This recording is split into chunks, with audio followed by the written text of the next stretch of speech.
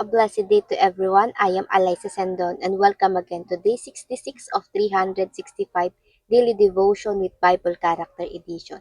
At ngayong araw nga po ay February 4, 2026. At ang ating pag-uusapan naman ngayon ay patungkol sa desperate situation ni Jacob. Nung muling haharapin niya yung kapatid niya after so many years. At ito nga pong kapatid niya, ito yung pinagtaksilan niya at gusto siyang patayin. So, balikan lang natin yung story. Nung kinuha ni Jacob ang birthright at blessing ni Esau, nagalit si Esau at ayun nga gusto siyang patayin.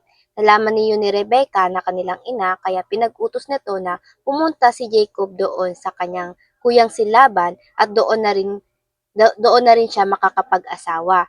Bagamat pinagpala itong lubusan ng Diyos si Jacob, habang nagtatrabaho ito sa tiyuhin niya ay ayaw na itong pakawalan ni Laban sa kanyang puder kasi lalong yumayaman si Laban dahil nga doon siya nagtatrabaho.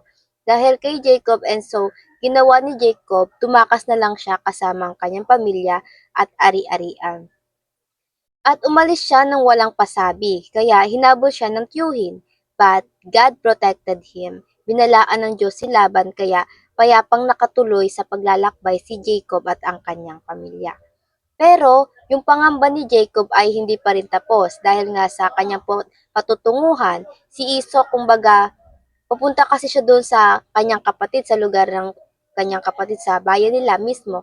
Kumbaga sa likod niya ay nahabol siya at sa harapan naman niya ay yung kapatid na nais naman siyang gustong patayin.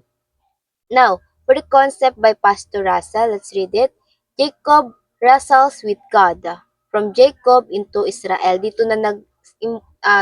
dito na nag-umpisa na mabago palitan ng Diyos yung pangalan ni Jacob to Israel. Jacob was running from his past and afraid of his future. Ito nga po yung past, yung parang ito si Laban. And yung future, ito naman yung kanyang kapatid na si Esau. He had tricked his brother Esau years before, and now he was able to meet him again. On a dark night Jacob was left alone, and a mysterious man wrestled him with him until morning. This was not just a physical fight. God was dealing with Jacob's heart. Jacob had always trusted his own strength and clever plans. But that night, God weakened him, so he would learn to depend fully on him. So, kumbaga si Jacob kasi nagre-rely lang siya on his own strength. At yung ginawa ni Lord ay parang ininjured siya para maging dependent siya kay Lord naman. Jacob did not win by strength. He received a blessing by holding on in faith. God changed Jacob's name to Israel, showing that he was changing Jacob's life from the inside out. Now, para naman sa scripture reading natin, ito ay mababasa natin sa Genesis 32 verse 22 to 32. And basahin natin yung 22. That night, Jacob got up and took his wives, his two female servants, and his 11 sons and crossed the ford of the Jabbok. After he had sent them across the stream, he sent over all his possessions. So, dinala niya pati yung mga kayamanan niya. And so, Jacob was left alone. Siya na lang mag-isa. At ito yung dapat na ginagawa natin, lalo na kung tayo may problema. Dapat ah, nag nagbababad tayo sa presensya ng Diyos.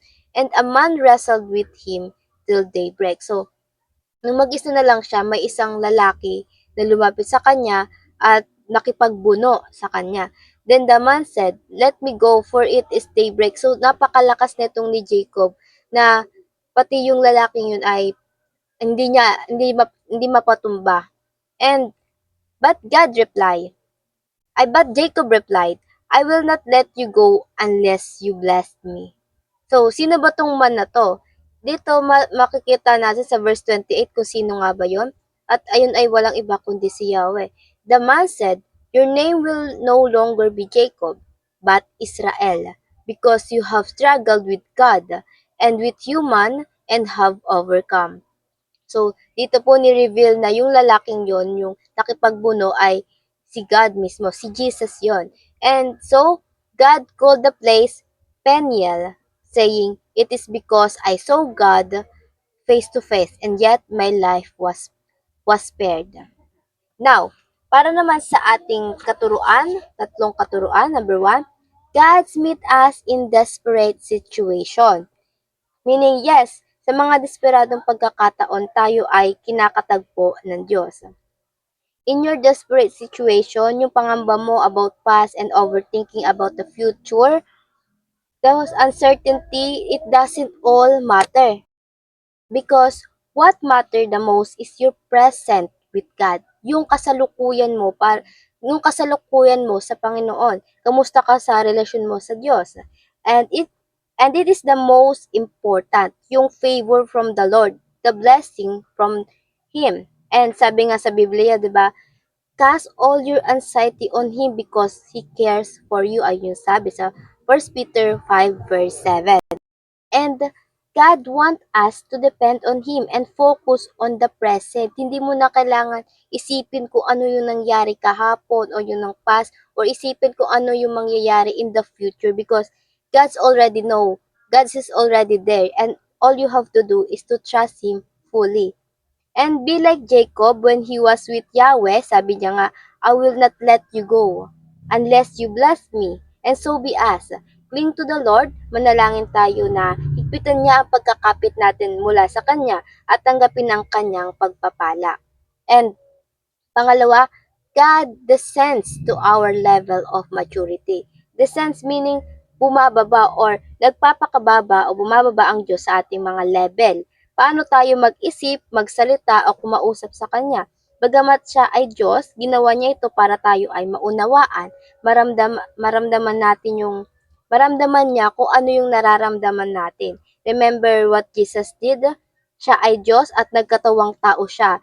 Lahat ng karanasan natin ay kanyang personal na naranasan.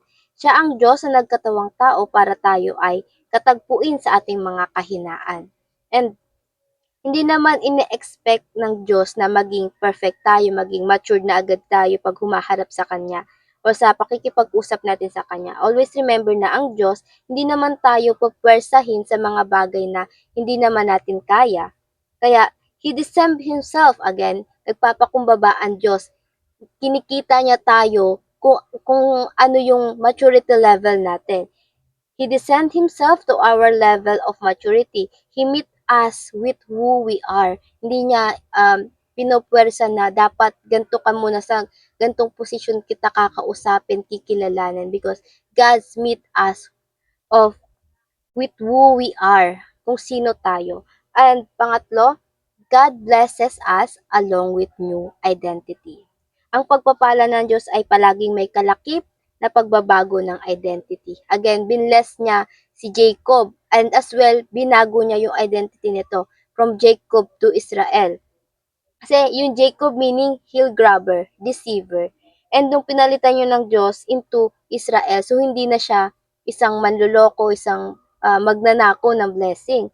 If you want to receive God blessing, kailangan magbago ka rin talaga. Kasi yung dating pamumuhay mo, dapat kailangan mo na rin talikuran so that we could be able to be a good steward o mapamahalaan natin yung nang mabuti at maayos o mapalago natin ang bawat biyaya mula sa Diyos. At para naman sa ating pagsasabuhay, may tatlong kaparaanan tayo para ito'y may sabuhay. Number one, be desperate for God and not for people. Maging desperado tayong hanapin ang Diyos, humingi ng tulong sa Diyos, and hindi sa mga tao sa paligid natin. Hindi sa mga pagmadali ang solusyon. Kunwari sa mga patalim, ganyan, sa pagnanakaw, kapag nandiyan na si problema. Kapag nandiyan ang problema, always be desperate to come to God, hindi sa ibang tao. Huwag tayo maging desperadong mingi ng tulong sa tao, lalo na kapag may uutangan. Be desperate for God blessing kung si Jacob nakipag-wrestle with God or with Jesus, and so be us. Wrestle through prayer, makipagbuno tayo sa Panginoon sa pamamagitan ng pananalangin. Ibabad natin yung sarili natin sa paglapit sa Kanya through prayer, through His presence. And so be us, wrestle through prayer, makipagbuno tayo sa Panginoon sa panalangin. And Jacob said again doon sa be like Jacob nung sinabi niya, Genesis 32 verse 26, Ganito rin dapat yung sabihin natin, I will not let you go unless you bless me. Hindi tayo titigil na lumapit sa Panginoon hanggat hindi niya tayo biniyayaan.